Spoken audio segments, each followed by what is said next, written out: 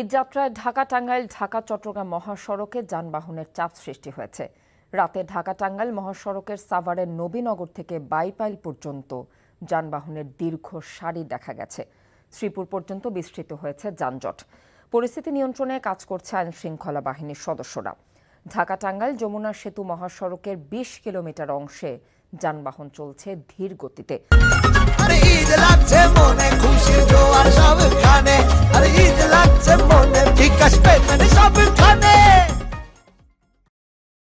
এদিকে সিরাজগঞ্জের যমুনা সেতু পশ্চিম সংযোগ মহাসড়কেও যানবাহনের চাপ বাড়ছে।